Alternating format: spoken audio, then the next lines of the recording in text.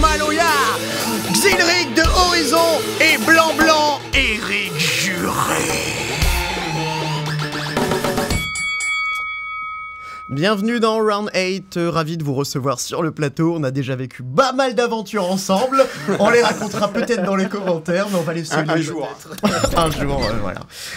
Donc je crois que vous connaissez le principe de l'émission maintenant, donc je vais faire un tour de table pour vous présenter. Vous laissez vous présenter chacun CV en quelques lignes. On commence par toi, Christophe. Allez, je m'appelle Christophe David, je suis un mercenaire de la musique depuis 30 ans maintenant à La Réunion. Et voilà, je fais presque du 360 entre le développement, le management, l'enregistrement, quelquefois les arrangements, et puis aussi l'écriture de musique, de temps en temps aussi, ça m'arrive même relativement souvent. Donc voilà, mais j'ai aussi bossé pas mal dans le cinéma documentaire, j'ai fait une dizaine de films documentaires, longs métrages, écrit quelques bouquins, dont des contes pour enfants, des livres sur la musique, etc. Ouais. Et puis voilà. Prenez des notes. Hein. Vécu de la culture à La Réunion depuis 30 ans avec bonheur. Excellent. Donc on va développer un peu tout ça. Ça a l'air d'être bien fourni. Hein. Ouais. Un peu comme un millefeuille. C'est moi le plus vieux. Hein. Il est plus vieux un peu. Ok, suivant, Xilric de l'association Horizon. Yes, bienvenue. Dont je suis donc le président depuis cette année. C'est une association qui existe depuis 2015 qui s'occupe de la lutte contre les discriminations liées au genre et à l'orientation sexuelle. En ce qui me concerne, juste moi, j'ai touché à la botanique et à l'entomologie dans mes anciens boulots. Voilà. Et j'aimerais pouvoir me réorienter un peu sur tout ce qui est création, mais tout ça est un peu compliqué. Voilà. J'ai vécu un peu moins longtemps, j'ai moins de choses à dire. Mais si, t'inquiète pas, on va quand même creuser. Notre troisième invité... Notre troisième invité est donc capitaine de bateau. Pas du tout, pas du tout. Mais j'ai des fiches et je les utilise pas. Non mais c'était pour la rime, Thibaut Gasparou. Voilà. Donc je te laisse te présenter. Voilà, donc Thibaut Gasparou, moi je suis co-dirigeant de la société Festillot de Bourbon, donc un catamaran à La Réunion, le catamaran Maloya, qui est le plus grand catamaran de l'océan Indien. Donc, voilà. Donc, et on fait beaucoup de croisières thématiques. Donc on a 14 croisières différentes et des thématiques vraiment différentes, aussi bien gourmandes avec de la restauration que musicales avec des concerts, que astronomiques, des sorties de nuit pour aller voir les étoiles. Donc il y a pas mal de choses et voilà. Donc j'ai créé ça avec un associé et des actionnaires, mais ça reste très familial quand même. Et ça fait 3 ans. Le bateau est arrivé en 2018 et malgré une période de crise des gilets jaunes et de pandémie, un truc qui ne devait pas arriver mais qui arrive, on s'en sort plutôt pas mal. Donc on est content et pourvu qu'on sorte de tout ça, et de la pandémie, j'entends. Okay. Et voilà. Ok, super présentation, très remplie aussi, comme Christophe. À toi, Blanc, Éric Juré, présente-toi. Je suis presque aussi vieux que... Oh, presque, moi pas encore. On n'en sait rien. Non, tu rigoles, quoi. On a des parcours un peu croisés. Ouais. Et écoute, moi je dirige le théâtre Luc Donat au Tampon depuis 4 ans maintenant. Mais j'ai travaillé de nombreuses années. J'ai commencé comme régisseur son, donc j'ai fait beaucoup de sons. Ah oui. Au tout début, et pas mal tourné avec beaucoup d'artistes réunionnais, entre autres. C'était des années fabuleuses. Et puis le théâtre aujourd'hui m'occupe beaucoup. Donc voilà, j'accueille beaucoup d'artistes. Ça aussi, c'est un bonheur. En ce moment, c'est un petit peu compliqué. Donc on fait au mieux pour les aider. Et voilà, après, j'ai un petit passé aussi de chanteur de rock, comme tu le sais. On s'est croisés parfois sur les scènes. Heavy metal. Voilà, metal aussi, et qui est toujours d'actualité. Yes, voilà, okay. Ça reste dans un petit coin. Ça, cool, justement, j'ai pas mal ça reste là, la passion, tu vois. Et puis, bon... La Nuit des Virtuoses aussi, que j'ai créé il y a une quinzaine d'années, qui est un bel ovni culturel musical que j'aime beaucoup, et puis d'autres choses aussi. Mais dans ce métier-là, comme disait Christophe, on fait pas mal on a souvent des multiples casquettes et on défend toujours la culture rayonnaise. C'est ça le leitmotiv. Excellent. Yeah. Ok, super présentation. On est pile dans le timing, à la seconde près. Donc on va pouvoir commencer notre dégustation découverte avec la fameuse boulangerie. Yeah. Voilà, je vous distribue les cartes. Super. Voilà, c'est pour savoir où vous pouvez procurer la nouvelle drogue à la mode qui s'appelle la sucrerie. Oh non. Et j'espère que vous avez faim, avec tout ce que vous vous êtes joli. enfilé dans le nez avant. Que tu Voilà. nous as- que tu nous as enfilé. Non, c'est pas moi en plus. C'est un footballeur qui fait le pain. C'est excellent. Oui, oui, oui. En fait, oui, c'est son neveu. C'est vrai que Non, je sais s'appeler pas. Pierre Papin et être boulanger, Pierre Papin, ouais. c'est tout un programme quand même. Jean-Pierre Papin, c'est ça. Il a joué à yes. la Reine. Et ben, je vous laisse. Alors, vous avez des assiettes là, des Une petite couverts. cuillère. Ah bah voilà. Des Allez. petites ben, allez. cuillères, et en fait on va, je vous commence laisse par le sucré. découvrir, déguster, goûter ce que vous avez envie de goûter. En gros, nous avons 6 présentations Ouais, différentes. je Donc vais il fait goûter boulangerie un et petit peu. pâtisserie également. Je sais pas si je vais y arriver. Ouais. J'ai pas pris mon Il est couteau par coupé, contre. quand même. Ouais. Prends-en un entier. Ouais, non, Non, mais non, voilà, je ouais. sais T'es en train Voilà, de j'ai- saboter le truc là, tu mets du blanc Je sais dans pas le si marron. saboté, mais je vais pas manger. Je vais pas tout manger. Quand même. Tu mets du blanc dans le marron. Mais ouais. C'est pas ce genre d'émission blanc-blanc. Et là, Tu t'es cru sur Canal Plus tard le soir. le créateur a fait du design et là, ça y est. Moi, je suis désolé, mais Ok, moi, oui, mais je lui vais au pas moins tout il a manger. commencé. Ouais, Il a ouais, lancé le voilà, truc. j'ai lancé l'affaire. Allez. C'est à mon voisin. Il en faut On un. peut faire tourner. Moi, j'ai un Donc, peu saccagé le. alors, machin, c'est là, je crois que t'as pris l'éclair au chocolat. Exactement. Et alors, l'éclair au chocolat, c'est de la pâte à choux garnie d'une crème généreuse en chocolat. Ça a l'air super bon. Voilà. Il y a aussi un éclair au café. Très bon. Pareil, Excellent. pâte à choux garnie d'une crème de café infusée. Yes. Et bah, allez-y, hein, Ouais, servez-vous. Moi, j'ai bien fait de venir. Ouais, Ah tu- bah oui. Non, mais vous allez Ouais, kiffer, vous allez voir. Nous, moi, Il y a plein de bonnes surprises. Excellent. Il y a aussi une tarte au citron, fond de pâte sucrée, crème citron et décorée d'une meringue Celle-là italienne. Ouais. Voilà, partage avec tes Non, camarades, non, non, Thibaut. non. Ok, bah après, si vous avez le droit de vous en Je attribuer partage, un. T'as pas de couteau. Non, mais moi, j'en veux pas.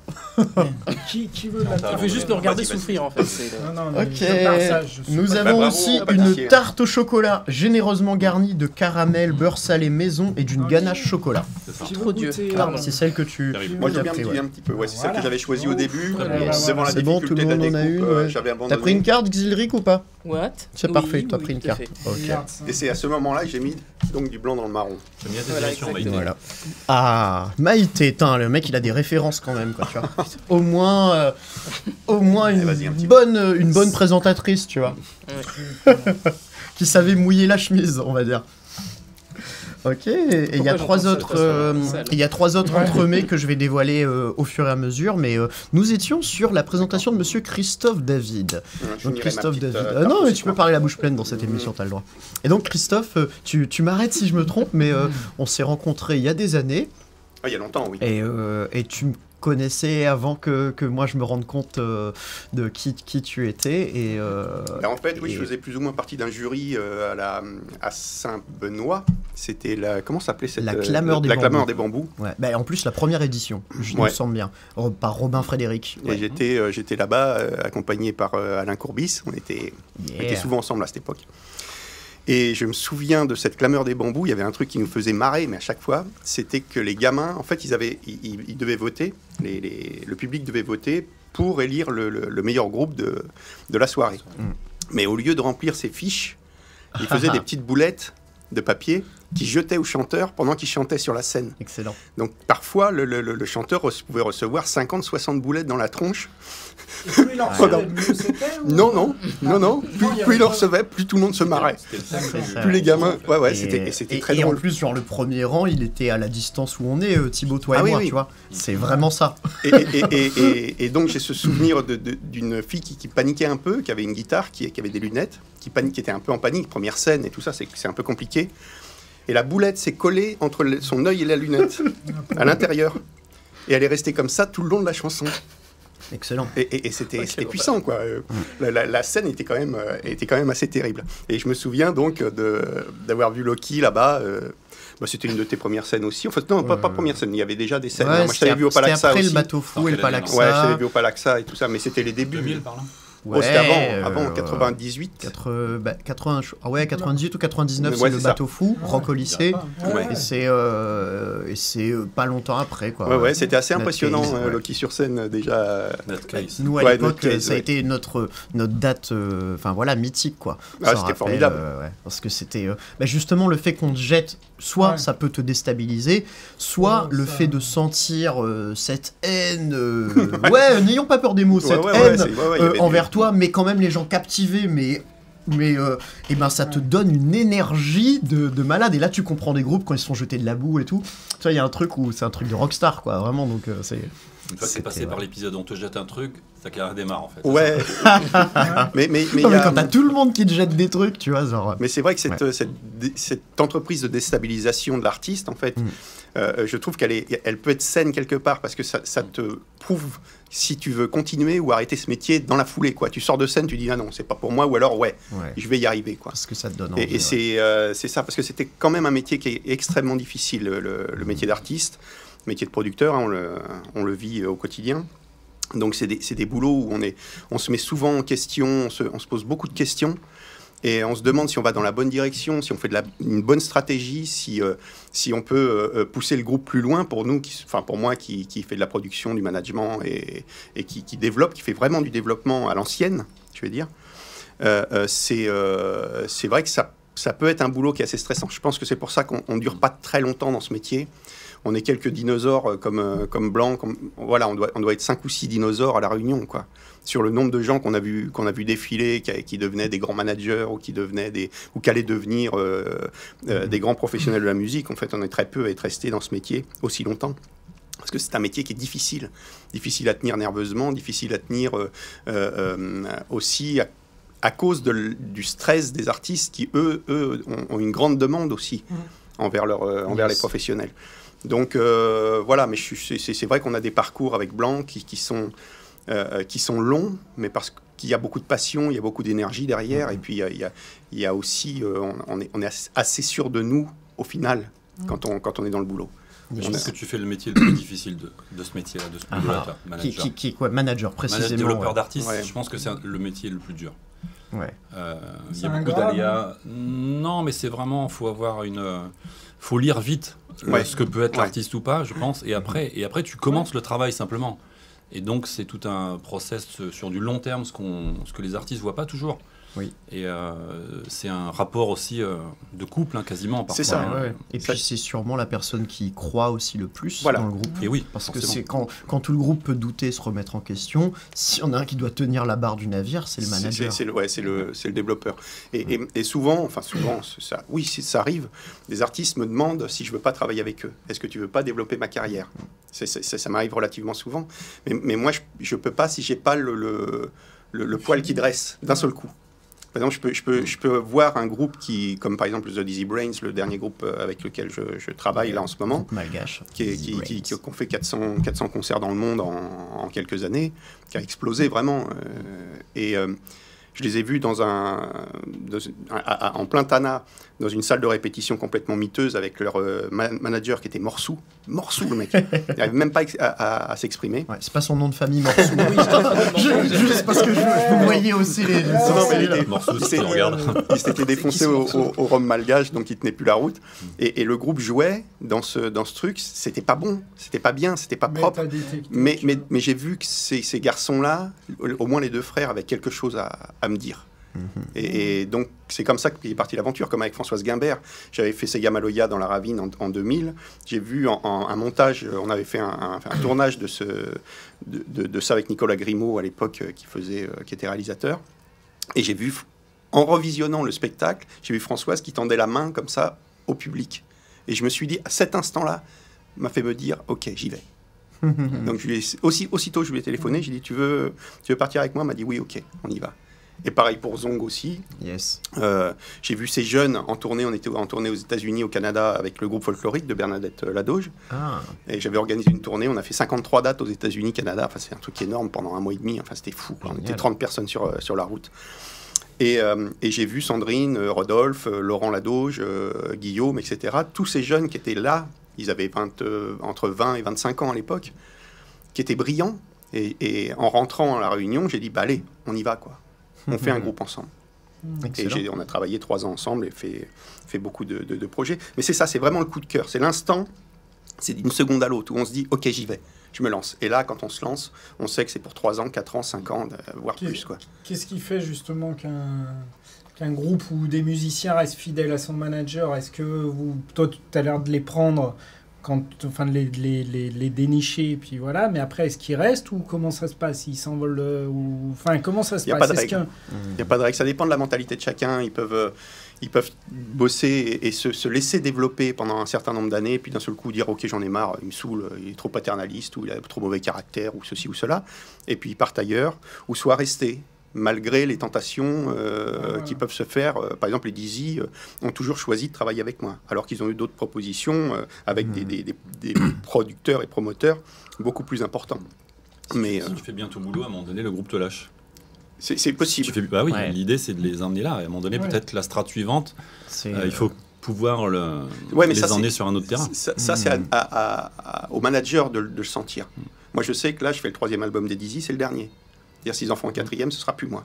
Il faut qu'ils passent à autre chose. Mais toi, tu le sais, alors que eux, ils l'ont pas encore. Ils le savent déjà eux aussi ou pas? Oui, je leur ai dit. Oui, il faut toujours être clair dans les. Est-ce qu'ils t'es comme le papa, quoi. Donc voilà, tu les emmènes et puis à un moment, il faut que l'oiseau il quitte le nid et puis il aille faire sa vie, quoi. Et qu'il le veuille ou pas. C'est vrai que c'est plus confort de rester à la maison. Rester avec un petit vieux comme moi qui est toujours l'énergie, qui est toujours à fond. C'est confort pour eux. Mais à un moment, il faut qu'ils partent dans la nature. Et c'est normal pour tous les groupes, je pense. Tous les artistes doivent passer par là. C'est des strates, en fait. Carrément. Ouais, c'est à l'image de la nature, de la vie. C'est des strates. Il y a un moment, on arrive là, il faut passer à l'étape suivante. Et puis voilà, je pense que c'est dans tous les métiers, c'est un petit peu comme ça. Mais c'est un métier passionnant. Moi, je me suis éclaté pendant 10 ans. J'écris des scénarios de films, j'écris des bouquins sur la musique. Vraiment, ça m'a rempli ma vie totalement. Et j'ai adoré ça, quoi. Génial. Je suis à 2-3 ans de la retraite et j'ai adoré ça. Donc c'est pas fini. Yes. Encore pas mal. J'adore ça. Je dis pas j'ai adoré ça. Alors, les gâteaux, ils sont bons ou pas? Ah, super, man. Alors, t'as les poils, tu voudrais être manager pour une boulangerie, peut-être écoute, j'y ai pas pensé, mais à la fin de l'émission, je vais envisager l'histoire. Il y en a d'autres encore, donc si vous voulez, c'est sûr que ça va être compliqué de tout goûter, surtout qu'il y a pas mal de choses. Mais c'est hyper bon. Ouais, non, c'est super. Yes, ok. Ouais, j'habite pas très loin. Tu vas y aller. Voilà, donc, la fameuse boulangerie. Voilà, la fameuse boulangerie. On va continuer là, le tour de table un peu, et comme ça vous pourrez continuer à poser des questions à Christophe si tu cherches un manager et tout. J'en connais un, il est vachement bien. Alors Xilric, c'est ton tour maintenant. Alors parle-nous de Horizon, que voilà, moi je connais, qu'on s'est rencontrés il y a quelques années. On a commencé un partenariat ensemble et tu n'étais pas président à l'époque. Maintenant tu es président, donc qu'est-ce que ça fait que d'être président? C'est désagréable. Ah bon? Tu penses que tous les présidents dans le monde, ils ressentent ça? Non, mais après, c'est vrai que moi, je suis pas du tout... à la base, je suis pas du tout un leader dans l'âme. J'ai plus le goût de galvaniser les foules plus que d'être un gestionnaire. Et ça... Bon, après, mon équipe le sait, on est tous au courant, on travaille ensemble, donc c'est beaucoup moins... La charge est beaucoup moins difficile à porter parce que justement, on est un groupe et on est un groupe soudé. Donc ça, c'est quand même une bonne chose. Mais après, c'est une association qui n'est pas facile à tenir aussi. C'est-à-dire qu'il faut bien se rendre compte, depuis qu'elle existe en 2015, le bureau a toujours et le CA n'ont jamais été très peuplés, entre guillemets, parce que c'est une cause qui est compliqué à défendre. Il y a beaucoup de turnover, les gens ne restent pas parce que c'est compliqué, c'est frustrant, c'est long. Il a fallu le temps qu'on puisse gagner un minimum de crédibilité vis-à-vis de nos partenaires, vis-à-vis des collectivités, etc. Toutes ces choses-là, ça prend du temps. Donc c'est 5 ans où en fait on a avancé un peu à vue en sachant pas si l'association existerait toujours l'année d'après, mais ça fait partie de la vie des associations de ce type, toute celle de défense des droits humains, c'est un peu il faut s'accrocher, quoi. On avait été prévenus de toute façon par des associations qui étaient plus anciennes en métropole, qu'il fallait qu'on s'accroche et qu'on lâche rien et qu'à un moment donné on trouverait une stabilité. Mais bon voilà, comme je disais, il y a beaucoup de déperditions. Et l'objectif, c'est que les gens puissent partir aussi en ayant un bon souvenir de ce qu'ils ont fait là, parce que c'est assez compliqué. Ça reste un... En fait, on se substitue à ce qui n'existe pas, on se substitue à ce que l'État ne fait pas, notamment sur la protection des jeunes dans le milieu scolaire et la sensibilisation au milieu scolaire. Donc ça, on s'en occupe beaucoup, on va voir des classes, etc. On a des dynamiques qui sont très différentes d'une classe à l'autre, mais globalement, on voit quand même que les choses s'améliorent beaucoup avec la nouvelle génération, donc ça nous rassure énormément, parce que, je suis pas très vieux, mais je veux dire, moi, du temps où j'étais au collège-lycée, on n'était pas du tout sur ces bails-là, on n'en parlait pas du tout. Je veux dire, moi, j'ai eu mon bac en 2006, c'était pas il y a si longtemps que ça, mais on sentait quand même que les sujets étaient encore relativement tabous. Il y a un tabou qui continue de persister dans la société réunionnaise à ce sujet, mais en fait c'est un tabou sur la sexualité au sens large. Donc de toute façon, à partir du moment où on sort des clous, entre guillemets, que ce soit sur le genre, que ce soit sur la sexualité, que ce soit même sur l'expression de genre, c'est la façon dont on se présente aux autres, la façon dont on s'habille, etc., ça fait causer, ça fait réagir. Il y a toujours des gens pour réagir dessus de façon négative. D'ailleurs, on a pu le voir dernièrement, il y a eu des militants et des militantes qui ont été attaqués sur les réseaux sociaux parce qu'ils ont eu l'outrecuidance pour l'une simplement de montrer un panneau avec écrit « Nous sommes l'avenir ». Ils se sont dit, ça y est, on va se faire grand remplacer, c'était la panique à bord. Et il y en a un autre, il a juste eu le tort d'exister, en gros, globalement, c'est tout. Donc, nous, notre boulot, c'est véritablement pas forcément de rentrer dans l'art. Moi, je le fais avec plaisir dès que j'en ai l'occasion, mais j'aime bien la bagarre. Mais voilà, les autres me modèrent beaucoup. Mais on peut aller à l'affrontement direct, mais le but, il n'est pas vraiment là. Le but, il va vraiment être de faire passer le message au fur et à mesure, doucement. C'est un travail de longue haleine. C'est beaucoup plus difficile d'ailleurs de faire ce travail de longue haleine que de se bagarrer. Il y a besoin des deux. Il y a besoin de gens qui sont sur le front, qui sont capables de porter les messages, des gens qui sont capables de faire face à nos adversaires politiques qui ne nous veulent clairement pas du bien. Mais il faut aussi des gens qui sont beaucoup plus posés, beaucoup plus calmes, qui sont capables de rester là pendant un certain temps, qui sont capables de faire le boulot casse-pied, le boulot pas forcément très rigolo. Mais bon, après, les choses s'améliorent, c'est-à-dire que malgré tous les suivis qu'on peut avoir qui peuvent être tristes, difficiles, on voit énormément d'amour, on voit beaucoup de parents qui sont très impliqués. Il y en a pour qui ça ne se passe pas bien, mais ils ont envie d'évoluer, ils ont envie eux-mêmes, ils ont envie d'apprendre, ils ont envie de sortir de la discrimination qu'ils infligent à leurs gamins. Donc ça, ce qui compte, c'est surtout ça. Ce qui compte, c'est pas nécessairement de partir parfait, entre guillemets, d'être totalement open tout de suite, c'est pas parce que quelqu'un souffre de la situation que forcément c'est une mauvaise personne. C'est une personne qui part avec un background, qui part avec une histoire, qui part avec une éducation. Et ça, c'est quelque chose qu'on a bien compris depuis très longtemps. Et on est capable de faire la différence, quoi, entre les gens qui ont besoin d'écoute et d'aide et les personnes qui sont véritablement dans la malveillance. Et mine de rien, les gens qui sont dans la malveillance, il n'y en a pas beaucoup. D'accord. Yes. Et par exemple, donc en résumant en quelques mots, quelques lignes, vos actions principales avec Horizon, que je rappelle est une association, définit justement l'association, on dit LGBT, mais je la définirais comment alors ? Oui, c'est une association, on peut le dire, LGBTQI+. Okay. Après, elle est ouverte à tout le monde, c'est-à-dire que toute personne qui a envie de participer peut venir. Une partie de nos bénévoles sont tous ce qu'il y a de plus hétéro, de plus cisgenre et de plus modérément fun au niveau de leur présentation générale, dirons-nous. Mais le fait est que, oui, on est open à tous. Après, on fait beaucoup de sensibilisation donc, auprès des jeunes. On essaie de faire des formations aussi pour les adultes. On fait de l'accompagnement. C'est un peu le cœur de l'association a commencé autour de ça. C'est-à-dire de venir en aide aux gens qui en ont besoin. Bon, l'accès au logement, c'est un peu le nerf de la guerre parce que souvent, il faut extraire les gens de situations qui sont très compliquées. Ils ne sont pas encore à la rue, mais ils sont plus très loin. Et des fois, ils ne peuvent pas partir. Donc, le principe, c'est vraiment de les sortir de là pour qu'ils puissent recommencer leur vie tranquillement et sans plus craindre les représailles tout le temps. Donc, on a aussi ça qui représente un des gros noyaux durs. On travaille aussi beaucoup sur la thématique transgenre parce qu'il y a très peu de choses qui sont faites à La Réunion. Je peux témoigner en connaissance de cause parce que je suis moi-même concerné par la problématique. Et le fait est qu'il n'y a rien. Donc là, on est en train de créer des outils ex nihilo pour les personnes transgenres réunionnaises pour que demain, elles aient beaucoup moins de difficultés qu'aujourd'hui, qu'elles ne soient pas toutes obligées de gratter et de taper à chaque porte, en ne sachant pas comment elles vont être reçues à chaque fois. Donc nous, on fait vraiment tout ce travail de fond-là. On essaie de maintenir une veille au niveau des médias. Dès qu'il se passe quelque chose, on essaye d'intervenir au maximum pour pouvoir justement sensibiliser le grand public à toutes ces choses-là. On fait de l'événementiel aussi. On essaie de partir sur une note plus positive parce qu'il y a le militantisme quoi. Mais on a le militantisme un peu plus fun. Et c'est assez aussi grâce à ça qu'on va réussir à attirer les plus jeunes. Parce que même si eux-mêmes sont très vénères, je trouve que la génération après nous a quand même réussi, je trouve, cet exercice difficile de mélanger un militantisme qui est radical, qui est costaud, mais qui est à la fois très vivant, très joyeux, très positif, très porté sur l'avenir, ce qu'on avait peut-être moins avant. Après, ça se comprend, il y a eu les années SIDA, il y a eu quand même un moment tampon entre les deux où les choses se sont libérées. Heureusement qu'il y a eu les anciens qui étaient un peu plus les crocs dehors pour défendre toute la meute. Je pense que c'est aussi pour ça qu'eux, ils peuvent être là aujourd'hui. Mais chaque génération apporte son propre sa propre richesse à la communauté de façon générale, quoi, et à la société de manière beaucoup plus large. Voilà, je suis pas sûr d'avoir tout dit.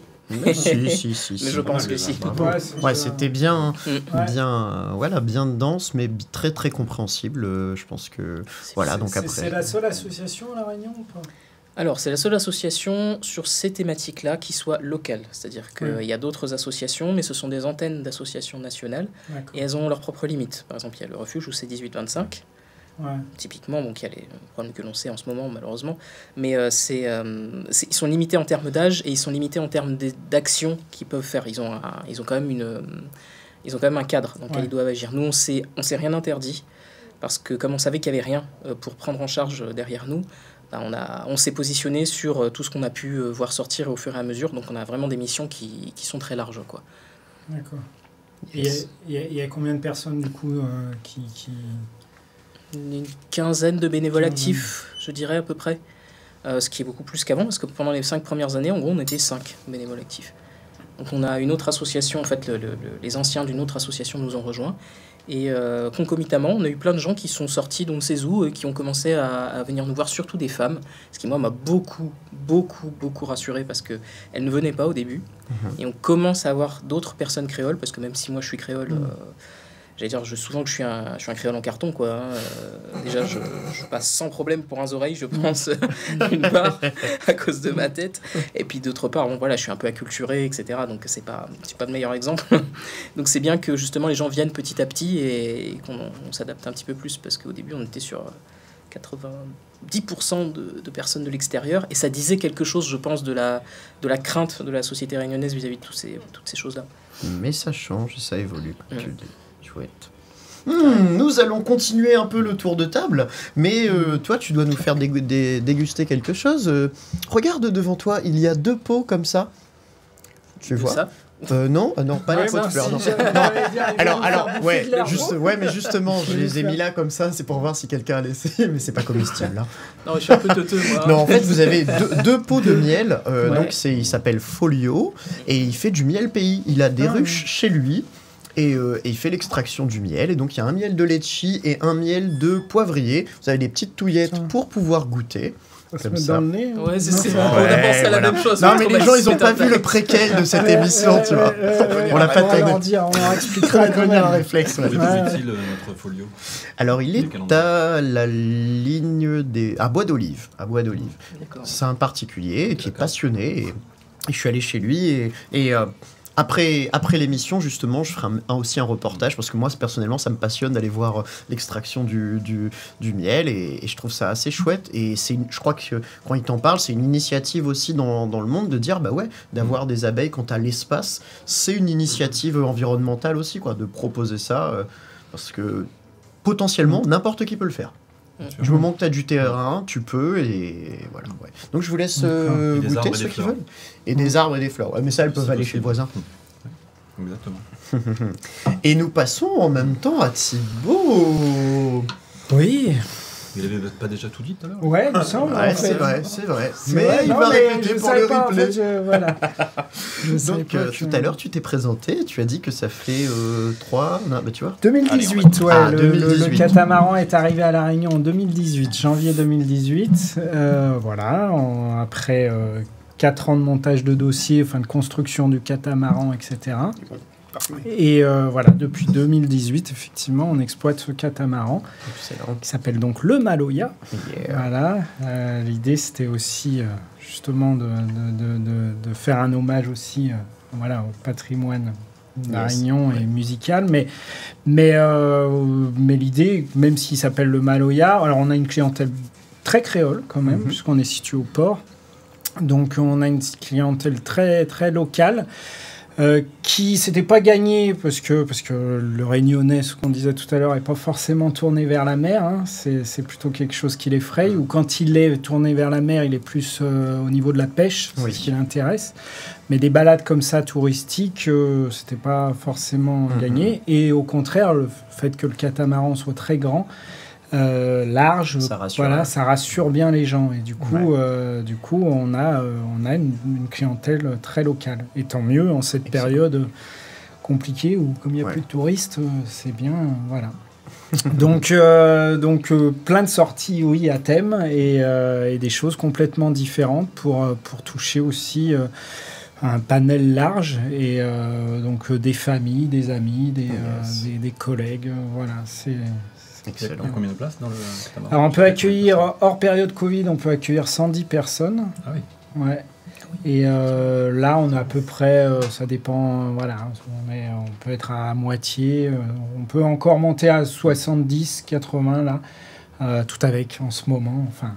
Avec les mesures, tout mesures, ça. protocole, c'est énorme, le hein. gel, voilà. Ouais, c'est quand même pas mal. Ouais, mais c'est ce côté justement festif aussi, même si on n'est pas toujours pareil en même temps, le côté festif, voilà, c'est plus compliqué, mais c'était l'idée de ce catamaran, c'était vraiment de pouvoir faire découvrir la Réunion depuis la mer et d'avoir une plateforme, on va dire, sur l'eau, parce que ça s'appelle un day charter, en fait.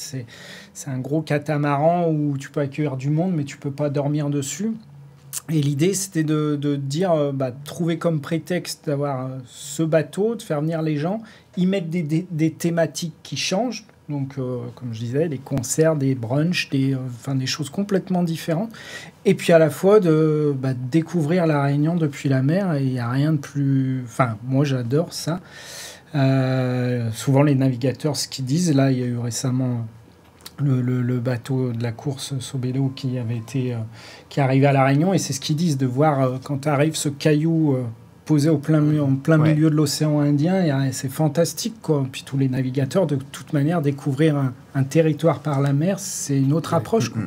Et ça, c'est ce qu'on note, les gens, quand ils sont, et surtout en cette période, quand tu les amènes sur l'eau, ça leur fait du bien, ça fait du bien à tout le monde, et quand tu rajoutes de la musique, voilà, donc c'est top, quoi. Voilà, c'était... Et tu faisais quoi avant de venir à La Réunion ?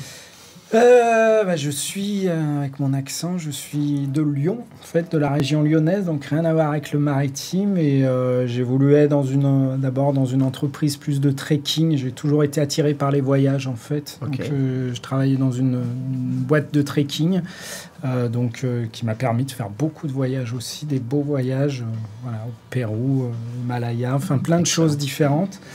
Et c'est ce côté, on en parlait tout à l'heure. J'ai toujours voulu créer quelque chose, mais il fallait que ce soit quelque chose où je m'éclate dedans, quoi, un métier passion, quoi. Et la mer, après c'est un peu le hasard aussi, mais je m'y retrouve quand même complètement et je suis bien dans ce que je fais et voilà. Donc chouette. Voilà. L'aventure passion. C'est ça. Bonheur. C'est ça. Pas de grands déplacements, genre Madagascar, juste comme ça. Non, c'est ce qu'on appelle vraiment un des charters, et c'est plus des sorties de 2 heures, 3 heures, donc c'est du cabotage, on reste toujours proche, ce qui peut rassurer toujours pareil les gens, parce que toujours voir la côte, c'est rassurant, alors que quand tu pars en pleine mer, là, pour le coup, c'est beaucoup plus flippant, t'as plus de repères. Et donc, non, c'est juste c'est vraiment un outil touristique à La Réunion et on ne fait pas des grandes traversées. Alors le bateau, lui, on a déjà fait puisqu'il a été fabriqué en Afrique du Sud, donc ils l'ont amené par la mer. Mais ça reste vraiment un outil, un nouveau, puisque ça reste quand même nouveau, un produit touristique local, quoi.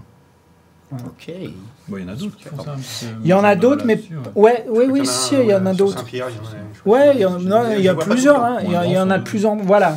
Ce qu'on voulait, nous, c'était avoir un catamaran. Il y en a plein d'autres. Hein, mais ce qu'on voulait, c'était avoir un catamaran grand qui puisse permettre justement de faire ce que les autres font pas. En gros, nous, on commence à pouvoir sortir à partir de 20 passagers, alors que les autres catamarans ou bateaux sont pleins en général à une vingtaine. Oui. Donc nous, on voulait justement toucher cette clientèle qui a envie aussi de se retrouver, se regrouper, même si, je le répète, en ce moment, c'est pas la meilleure période, mais c'est ça. Et le nom de l'entreprise, Festi-Yacht de Bourbon, c'était ça aussi, le côté festif qu'on voulait. C'est de vraiment mélanger tout ça, à la fois découvrir l'île, mais à la fois de passer un bon moment. Yes. Dans ces fameuses sorties, on a une sortie aussi, c'est dommage, celle qui marche sûrement le moins, mais quand les gens la font, et ils s'éclatent. C'est une croisière qui s'appelle Histoire, Culture et Patrimoine, où on y met un guide pays et pour apporter vraiment vraiment de la matière. Et les gens, malheureusement, heureusement, sont souvent plus attirés par les sorties où tu as un DJ, où tu as un concert, etc. Mais quand ils l'ont fait, franchement, c'est top parce qu'ils apprennent beaucoup de la Réunion et c'est top. Et ces sorties-là, donc... Et elles durent le même temps que les autres sorties? À peu près 2 heures, 2 heures et demie, toujours. Il y a toujours à peu près... en 2 heures. Parce qu'en fait, en 2 heures, tu peux pas... Tu peux pas aller très loin. Tu peux pas aller très loin. Mais sur ces sorties-là, le guide est là pour parler souvent de la piraterie, parce que voilà. Mais on peut aborder, c'est un échange avec, comme on fait là, c'est un échange aussi avec les clients, avec les passagers à bord. Et du coup, on peut aborder des thématiques sur le volcan, rien à voir avec forcément ce qu'on voit, quoi. Donc voilà, c'est l'idée vraiment de ce kata, c'était vraiment d'être un lieu de rencontre, un lieu de partage. Et Loki a vécu ça récemment aussi. C'est vraiment des baignades aussi en mer? Alors non, pour le moment non, malheureusement avec la crise requin c'est compliqué et surtout quand tu as beaucoup de monde. Alors on peut le faire quand on a des groupes d'une vingtaine et qu'on peut le gérer. Quand tu as trop de monde à bord, c'est pas gérable de pouvoir mettre des gens à l'eau avec le contexte actuel, la sécurité. Surtout aussi, on a une licence, mais à bord aussi, on a un bar, donc... Si tu mélanges tout ça, après, au niveau sécurité, c'est compliqué. Donc non, il n'y a pas de baignade, sauf vraiment sur de la privatisation et des petits groupes. Et là, on met ce qu'il faut, MNS, etc. Donc, MNS, c'est pas un M&M's. Non. Vous mettez un M&M's à la mer, voilà. que les requins, ils vont choper pendant ce temps-là, tu te mets à côté. J'avais pas idée. Il peut servir de M&M's. Ça allait être drôle à ce point. Fais gaffe, c'est ton tour après. Yes. Alors, poivrier ou litchi, vous avez préféré? J'ai même pas préféré litchi. Moi, je vais installer la présentation. Je ne pas, par contre, je repars avec. En général, beaucoup. Je l'ai pas trop senti. Non, mais là, c'est parfumé par contre. Le petit gâteau était très très bon déjà. La prochaine dégustation ne se fait pas avec la bouche, d'accord? D'accord, on est sûr. Voilà, il faut pas la manger. Ok, et en fait, donc dans cette émission, on a déjà reçu Pixnot. C'est une artiste réunionnaise basée à La Réunion maintenant, qui fait des créations. Et là, elle nous montre une toute nouvelle chose, un virage à 180 degrés, avec une amie à elle qui travaille le bois. Et donc, c'est une série de 5 tableaux autour de la géométrie sacrée et des 4 éléments, et basés sur le string art. Voilà, et qui se voit en lumière UV. Voilà. Je vais vous laisser regarder si vous voulez, et je vais faire juste l'installation. Sans poids.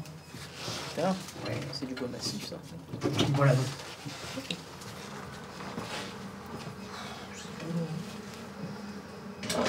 Il y a des cascades dans cette émission. Purée. Oula, tu me fais peur. Oh, ma la mer. Ça me rappelle certaines émissions nationales. Ça te rappelle quoi? Certaines émissions nationales avec un cascadeur dedans. Ah ouais. Qui se gaufrait tout le temps. Et alors, vas-y.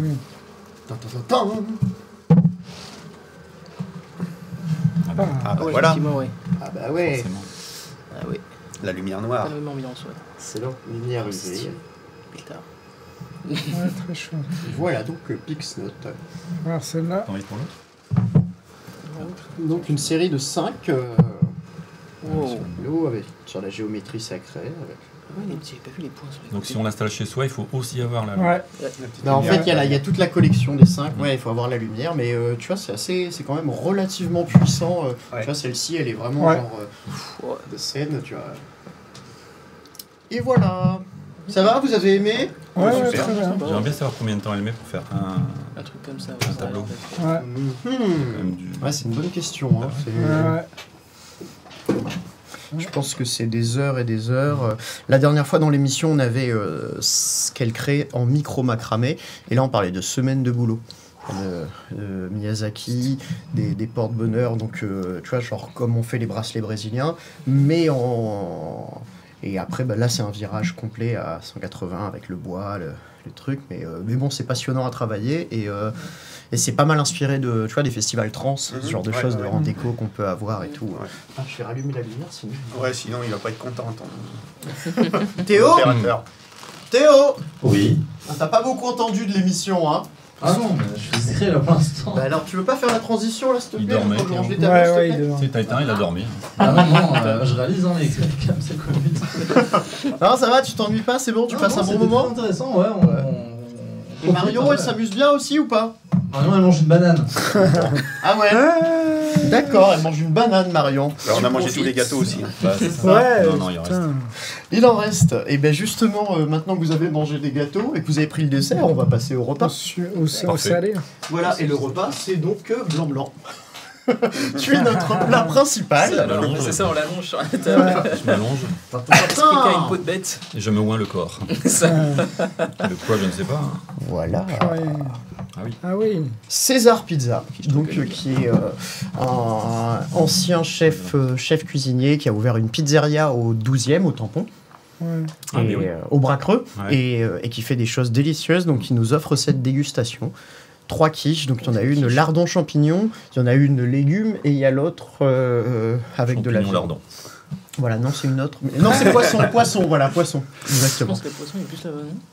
Voilà, j'en vois que Non, mais- Xilric est direct intéressé. Donc... non, mais allez-y, J'ai été servez-vous. Vous avez nourri à des base de petites. quiche une bonne partie de ma vie. Coucou maman. Je vous en prie, vous pouvez déguster, Bon, allez. Parle de quiche, il dit coucou maman, je sais pas. C'est Oh, tonton il Kataï. comprendra. Ouais. Bah, les quiches, Au c'est pire, souvent elle ce qui me se passe sur le bateau quand il y a beaucoup de houle. C'est fait, Ah ouais. merci. Ouais. Il n'y en a pas eu samedi. Non, Pas de ça quiche. allait. Ah. Alors, Blanc, c'est donc ton tour, monsieur Éric Juret, directeur du théâtre Luc Donat. Depuis moi, je pensais que ça faisait plus de 5 ans parce que ben, on se connaît depuis un moment et après, moi, j'étais pas mal en voyage et ouais, j'ai l'impression que tu as cette aura depuis bien plus longtemps. C'est pour ça que je suis assez étonné, 5 ans en fait. Bah écoute, 5 ans, c'est début 17, j'ai pris la direction en fait. D'accord. Mais mais comme je tu l'as travaille dit, t'étais depuis déjà- 1989 Ah oui. au théâtre. Comme je Oui, te disais, c'est j'ai ça. commencé comme D'accord. régisseur son. J'avais un an. J'ai fait Yes. du son pendant de nombreuses années, jusqu'en 2003, 2004 à peu près. Ok. Et après, bah, j'ai fait un petit virage, tu vois, une reconversion. Et pour faire un petit peu autre chose, parce que ça, Yes. ça m'intéressait déjà beaucoup. Et ce chemin qui m'amène à la direction du théâtre, il est assez anecdotique, parce que Parce que tu étais je déjà. suis rentré dedans, tu vois, à la technique et, avec le plus bas salaire, en gros, Ouais. pas loin, mais et puis comme quoi tout est possible. Bien sûr. En se formant un petit peu, parce qu'il a fallu quand même faire un peu de formation, et me retrouver aujourd'hui à la direction, c'est un bonheur Carrément. de tous les jours, parce que voilà, c'est un lieu dans lequel j'ai grandi à tous les sens du terme. Mhm. Donc c'est un bonheur de diriger cette salle. Ouais. Puis c'est une très belle salle. Bah oui, carrément. ouais. Moi, Donc c'est une vraie responsabilité, tu vois, de Bien sûr. pouvoir y faire de belles choses à l'intérieur. Oui, surtout qu'au Tampon, bon, il y a quelques bars, très peu, mais il n'y a pas beaucoup de... Il y a Florilège, mais à part Luc Donat, c'est vrai que c'est pas non plus la ville réunionnaise la Ouais, plus c'est- représentée non, au C'est niveau une culture. réputation hein. de ville dortoir quand même un peu. Oui, alors oui, bien sûr, ça l'était. Ce qui est intéressant, c'est que le théâtre du Tampon, enfin, qui est le théâtre Luc Donat aujourd'hui, hein, il a été rebaptisé en 95, me semble-t-il. Ouais. C'est quand même le premier théâtre fermé de Lille, faut le savoir. Ah oui. Le premier, c'est le théâtre de Saint-Gilles, fin des années 60, et ensuite, il y a eu le théâtre Luc Donat, fin des années 70. Champfleury est arrivé très vite après, 5 ans après, je crois, quelque chose comme ça. D'accord. Ah ouais. Et puis après, il y a tout un grand nombre de salles aussi qui sont apparues par la suite, mais c'est quand même un des plus anciens, même si 40 ans ou 50 ans, c'est très peu en fait, hein, pour l'histoire d'une salle de spectacle. Comparativement à l'île Maurice, où à côté, ils ont plus d'un siècle de... Ah ouais. Bien sûr, ils ont des théâtres à l'italienne, etc. C'est Ah, c'est autre chose. Donc notre histoire théâtrale, elle est assez jeune quand même. Mais comme c'est pluridisciplinaire, on y voit passer aussi beaucoup de spectacles de toute discipline, justement. Et c'est un vrai bonheur. Entre autres, voilà, le théâtre. Puis là, on est sur un peu le Luc Donat 2.0. C'est-à-dire qu'on s'est ouvert un petit peu à l'extérieur, on est sorti de nos murs. Ouais. Globalement, jusque-là, c'était beaucoup d'accueil de spectacles et de public, donc. Et puis, on s'est rendu compte que le contexte et les temps étaient à faire autre chose, à travailler en plus grande proximité avec les habitants, avec d'autres types de publics, etc. Donc, on est sorti de nos murs, on sort de plus en plus de nos murs.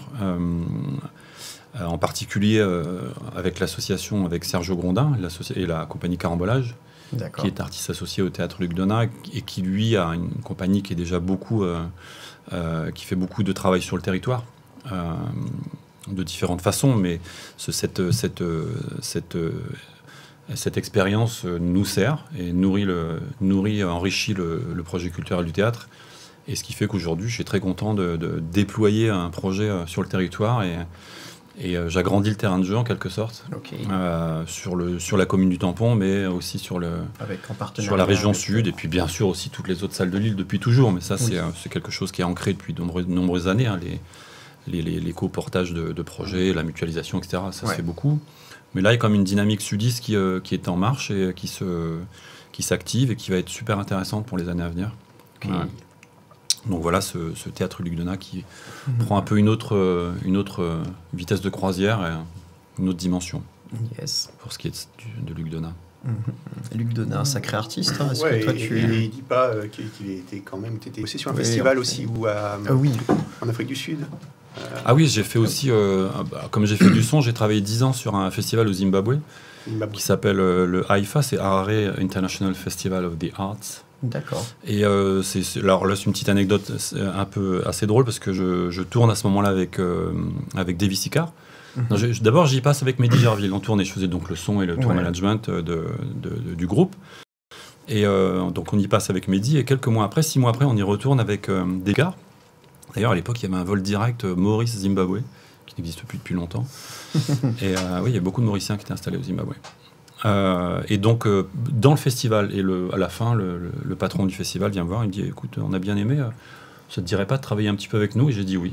Et ça a duré 10 ans, en fait. Et j'ai arrêté parce que j'avais un peu d'autres responsabilités qui arrivaient. Ouais. Puis c'est bien de faire bosser les copains aussi. Donc, par la suite, j'ai un peu refilé le poste à d'autres ingé son de La Réunion. Mais c'était une aventure fantastique. Ce festival, il est extraordinaire. C'est un très gros festival. AIFA, H-I-F-A. Là, ça n'a pas eu lieu parce que Covid et puis situation politique un petit peu complexe également. Mais c'est 5 jours de festival avec des artistes qui viennent du monde entier. Excellent. Et oui, c'est bien. C'est un moment très fort de ma carrière professionnelle parce que en fait, je faisais le son d'une scène de 100 places à peu près en extérieur dans un parc. Et j'avais 5 ou 6 groupes par jour pendant 5 jours. C'est-à-dire que c'est non-stop, 9h le matin jusqu'à 2-3h du matin. Balance, concert, balance, concert, balance, concert. Donc c'est très intensif, mais un festival d'une grande humanité, avec des publics qui se mélangent complètement, des scènes gratuites, des scènes un petit peu payantes, de la musique classique, puisque le patron du festival est un pianiste classique qui travaille à New York au Carnegie Hall, d'origine zimbabwéenne, né au Zimbabwe. Yes. Mais donc des grands opéras en ouverture du festival, des grandes pièces classiques et du reggae, du rock, du traditionnel, bien évidemment, dans un gros mix. Le monde était là à ce moment-là, pendant une semaine, le monde est là, c'est extraordinaire. J'espère que ça va redémarrer post-Covid, belle chose, très belle. J'espère que tout va redémarrer. Oui, non, évidemment. Bien sûr. Dès que cette mauvaise série aura épuisé son budget. Ouais. Exactement. Et puis voilà, donc donc une grande carrière d'ingé son, après ce travail de programmateur aussi en quelque sorte. J'ai travaillé aussi au Théâtre de Saint-Gilles à Champfleury pendant une petite année, 1 an ou 2 ans à peu près. C'était le Théâtre de Saint-Gilles, c'est un lieu extraordinaire pour programmer. Là, j'ai passé des moments aussi magnifiques. C'est le temple de la musique pour moi. Ce théâtre de plein air, voilà. Et puis après la création de la Nuit des Virtuoses aussi en 2008 je crois, voilà, qui est aussi un bel événement qu'on porte depuis 13 éditions. Maintenant je me trompe un peu parce qu'il y a eu des années loupées là, 13 ou 14 je crois. Et c'était comme je disais, une espèce d'ovni artistique de faire venir des instrumentistes de très haut niveau, mais de tout style ou d'origine confondue. C'est-à-dire pas de règles de style musical. Et puis surtout, le but premier, c'est de les faire jouer avec les artistes réunionnais. C'est ça l'idée, c'est que c'est pas qu'ils viennent, qu'ils jouent et qu'ils s'en aillent. Je veux dire, ça, on en a vu des milliers. Et il y a longtemps que c'est pas forcément le plus intéressant. Donc là, il y a obligation de travailler avec les locaux. Et ceux qui viennent de toute façon l'acceptent. Et à chaque fois, c'est un challenge extraordinaire pour les musiciens locaux qui relèvent tout le temps. C'est là où j'ai trouvé... autant je me disais, ça va être difficile de trouver des musiciens pour jouer avec des artistes de très haut niveau tout le temps et répétitif chaque année. Et en fait, heureusement, je me suis trompé. Parce que chaque année, c'est quasiment jamais les mêmes. Alors, il y a eu un ou deux retours. Mais j'ai toujours vu des musiciens qui ont fait le job à jouer avec des musiciens de très haut niveau et qui ont rempli qui ont relevé le challenge vraiment de façon extraordinaire. Ravis du challenge, et chaque année, il y en a d'autres. Et je trouve que le niveau musical des musiciens de La Réunion est extrêmement élevé aujourd'hui et est monté de façon exponentielle. Et ce qui est super, parce qu'il y a des carrières qui se font à l'étranger, les artistes reviennent, il y a des écoles de musique ici maintenant qui ont aussi un très bon niveau, etc. Donc ça c'est une très belle chose. Ouais, et puis on commence à sortir de ce truc où on est réunionnais, donc on fera toujours moins bien que les autres. On commence à essayer d'éradiquer ce complexe. Ça c'est fini, je pense, dans la mentalité, surtout les nouvelles générations. Pas dans tous les secteurs de la vie, mais tu vois, dans l'emploi, ça se retrouve encore un peu. Des gens qui sont réunionnais et qui eux-mêmes se disent des fois genre je ferais pas l'affaire comparé à quelqu'un d'autre qui a la même expérience, tu vois. On a un peu un passé comme ça en fait. Le complexe il est derrière nous et ça fait un petit moment déjà et c'est tant mieux parce que on le sait maintenant, je veux dire, des valeurs ici il y en a pléthore, c'est un truc de fou dans tous les secteurs d'activité, on le voit bien. Donc au contraire, on est plutôt une fabrique à talent que quelque chose d'un complexe qu'on devrait traîner encore un petit peu. Après, il y a aussi notre histoire qui fait que il y a des choses qui de toute façon vont rester. Et ça, c'est écrit dans l'histoire du peuplement et c'est aussi notre richesse. Donc le fait d'être décomplexé n'empêche pas aussi qu'il y a quand même une histoire chargée qui est derrière nous et qui est encore là et qu'il faut aussi mesurer et pas faire n'importe quoi avec ça. Donc c'est surtout ça dont qu'il faut préserver et transmettre aussi des choses cohérentes. C'est-à-dire que les musiques qui sont écrites aujourd'hui, le maloya en particulier, qui est imprégné d'autres styles, on sent bien qu'il est aussi, il s'enrichit, mais il est percuté par parfois des formes qui moi me gênent un peu de temps en temps. C'est-à-dire que je me dis là, ça dénature. Ouais, mais là, ces formes-là, en général, elles restent pas. Exactement. En général, c'est des expériences. Voilà. Ça joue un peu. Et après, ce qui reste, c'est vraiment les choses qui ont des bases solides, où on sent que le cœur est là, l'ADN est là, mais avec une couleur qui permet d'aller à l'international aussi. C'est ça parfois. Oui, c'est aussi ça. Ou en tous les cas, circuler différemment. Carrément. Donc c'est la nouvelle génération, pour ne citer que lui, Bastien, que tu connais bien, et d'autres, Maya, et cette génération-là, ils sont extraordinaires. Carrément. Enfin, je veux dire, il y a un niveau de fou, quoi, et surtout l'écriture. Parce que c'est ce qu'on évoquait tout à l'heure, c'est que moi, pour revenir au virtuose, par exemple, ce qui m'intéresse dans les gens que je fais venir, les instrumentistes que je fais venir, je peux faire venir un jeune gamin de 3 ans qui joue du bac à vitesse grand V, ça existe, il y en a plein YouTube. Mais ça ne m'intéresse pas. Moi, ce qui m'intéresse, c'est les compositeurs. Ce sont les gens qui écrivent la musique et qui ont quelque chose à dire, les créateurs. Voilà. Et ça, il y a ça aujourd'hui. Il y a l'écriture. Ce n'est pas du simple copier-coller de choses et d'autres. Il y a une vraie écriture, il y a une signature rythmique. Enfin, il y a tout qui fait qu'aujourd'hui, on est repéré à l'international maintenant, La Réunion, ce qui était moins le cas il y a de nombreuses années. Aujourd'hui, on est identifié comme avec le maloya. C'est vraiment... on retrouve ça dans les playlists Maloya, on sait que c'est La Réunion maintenant. Donc on a posé quelque chose. Les générations précédentes et toute la structuration du secteur a posé ça. Et ça se voit maintenant. C'est-à-dire que les gens qui viennent ici, ils savent qu'ils à La Réunion, c'est structuré. Il y a du monde, ça avance, il y a des équipements, il y a des artistes, il y a des aides aussi financières de collectivités, d'États, etc. Donc on est plutôt bien lotis. Je reviens au Zimbabwe, autour, on les connaît bien, les pays de la zone. Il y a de grandes difficultés autour. On est des enfants gâtés ici. Bien sûr. Je ne devrais pas le dire comme ça. On est mieux structuré. Je souhaite plus d'argent que même qu'aux Antilles. Enfin, je veux dire, il y a de l'argent d'Europe aussi, de l'Europe qu'on peut aussi solliciter, etc. Donc, mais après, c'est vrai qu'à La Réunion, maintenant, on va dire que ça, c'est la première étape. On va dire que l'étape d'après, maintenant, c'est un peu, tu vois, genre Mada avec les Dizzy Brains que Christophe a sorti. C'est qu'à La Réunion, il y a quand même pas mal de musique alternative. Tu vois, le rock, le métal. Et il y a énormément de talent. Et maintenant, il faut qu'on puisse justement l'ouvrir sur le monde pour que les gens soient curieux. Le discours qu'à La Réunion, il faut être dans sa niche, dans sa case. Ouais.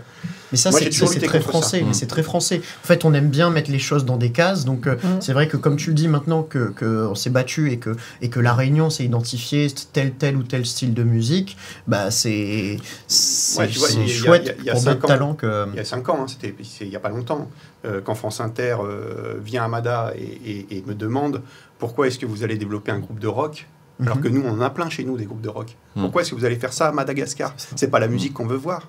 Ouais. Ce qu'ils veulent voir, c'est des gens habillés en costume traditionnel, de l'instrument traditionnel, parce que eux nous, en Europe, on a perdu notre identité. Mais ils veulent qu'ailleurs, les gens gardent leur identité sans bouger. Et puis il y a le côté exotique. Voilà, c'est ça. Et donc, ça c'est parce que c'est du mainstream, en fait.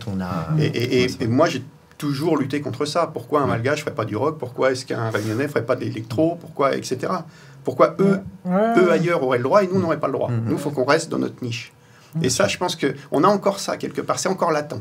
Mais c'est en train de changer aussi. Ça change doucement. C'est ça qui est cool. Après, ça peut servir aussi. Je veux dire, les niches, elles servent aussi à avoir un circuit et mettre dans des cases, c'est parfois bien également. Qui est de moins en moins ouvert quand même. Le tout. circuit de la World, il est quand même de plus en plus fermé. Il se restreint d'année en année. On voit les festivals qui meurent et le développement de la musique qui est quand même de la musique world entre guillemets, quand même moins large qu'avant.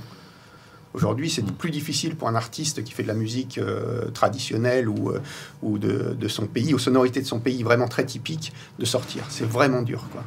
Il faut vraiment... depuis Césaria Évora, il n'y a pas eu beaucoup d'artistes world qui ont fait le tour du monde. Donc, Kassav... Et puis voilà, quoi, il y a quelques-uns. Mais... Après, on a quand même nos Daniel, l'Indigo, Christine Salem, qui sont ceux qui tournent le plus à l'international. Heureusement, il y a des fers de lance. Ouais, mais ils sont géniaux, mais ils ont une super équipe aussi. C'est aussi ça. Il y a un bel encadrement. Ça existe encore, mais ça se réduit. D'année en année, ça se réduit quand même. Bon, on arrive bientôt à la fin. Il va falloir qu'on se rythme un peu plus, mais juste avant de passer au jeu de rôle, Blanc, donc tu es le chanteur du premier groupe heavy metal. Et j'aime bien utiliser le terme parce que souvent, quand les gens ils connaissent pas le rock ou quoi, ils te disent ah tu fais du heavy metal. Et souvent je les réponds en disant non. Alors il y a rock, il y a metal et il y a heavy metal. Donc je crois que je me trompe pas en disant que avec Nazca c'était du heavy metal. C'était même avant parce que le premier groupe c'est Overkill. Alors c'était pas le premier, on était c'était 82, 3, on était plusieurs à sortir quasiment en même temps. Hein. C'est les années presque lycée, post-lycée à peine, tu vois. Et le premier groupe s'appelait Overkill. Là, oui, on reprenait du Motorhead, du Iron Maiden, Judas Priest, etc. Donc, on était dans la mouvance heavy metal de l'époque, carrément. Bien sûr. Et Nazca est arrivé bien plus tard, en 90, début des années 90. D'accord. Moi, j'ai connu Nazca. Qui existe encore, oui. Yes, qui existe encore. Et donc, aujourd'hui, c'est ton projet de cœur et que tu continues à jouer. Voilà. Mais durer, je pense que c'est une belle chose parce que... Et surtout rester fidèle à ce qu'on aime faire. Bien sûr. J'ai pas envie d'être une starlette, j'ai juste envie de faire de la musique que j'aime, et tant mieux si ça fonctionne. Et puis si ça marche pas, c'est pas grave. Moi, j'ai un autre métier, etc. Donc, mais oui, bien sûr. Il y a des photos qui pourraient témoigner de certaines choses. C'est dommage qu'on n'ait pas de rappel. Théo, c'est ça. Théo, t'as pas des photos croustillantes de blanc là avec une coupe à la mode d'écrou? Par contre, tu vois, ça me fait penser à ce que tu disais tout à l'heure sur l'accoutrement, en tous les cas, la façon de s'habiller. La façon dont je m'habillais en 1983 dans les rues de Saint-Denis, je peux te dire que c'était... on me regardait très, très, très bizarrement. Parce que c'était les cheveux comme ça, les ceintures à clous, les jeans déchirés, la totale, tu vois. Donc, on était vraiment le costume, tu vois, la panoplie de hard rocker, quoi. Excellent. Et tant mieux, parce que c'était vraiment... ça allait avec, quoi. C'était le grand cirque. Mais oui, mais parce que ça va avec cet esprit musical et c'est très bien. Donc on a été les premiers à déranger, je pense. Voilà, donc Nazca, N-A-Z-C-A. C'est ça. Alors, nous allons terminer cette émission en beauté. Je crois que je vous ai briefé pour le jeu de rôle. Donc on va laisser les spectateurs le découvrir par eux-mêmes. Est-ce qu'on est prêt pour le générique? Oui. C'est parti.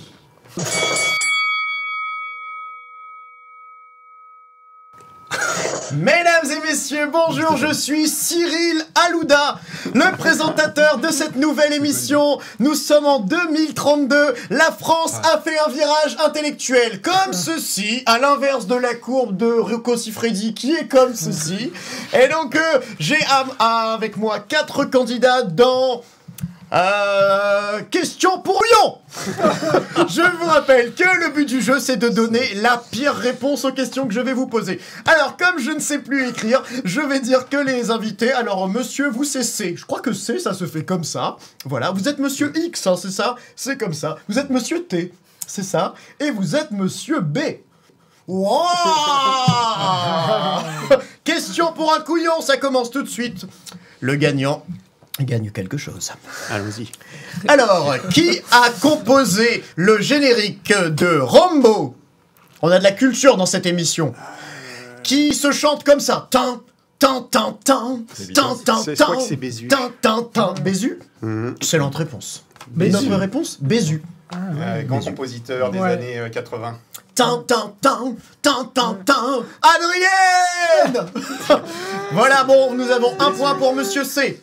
Deuxième question. Quel est le nom du groupe pays de Lucky Lone Star? Ah, il faut donner des réponses, hein. Lucky Lone Star Band. Oh, une autre réponse pour voir si on est ex-aequo.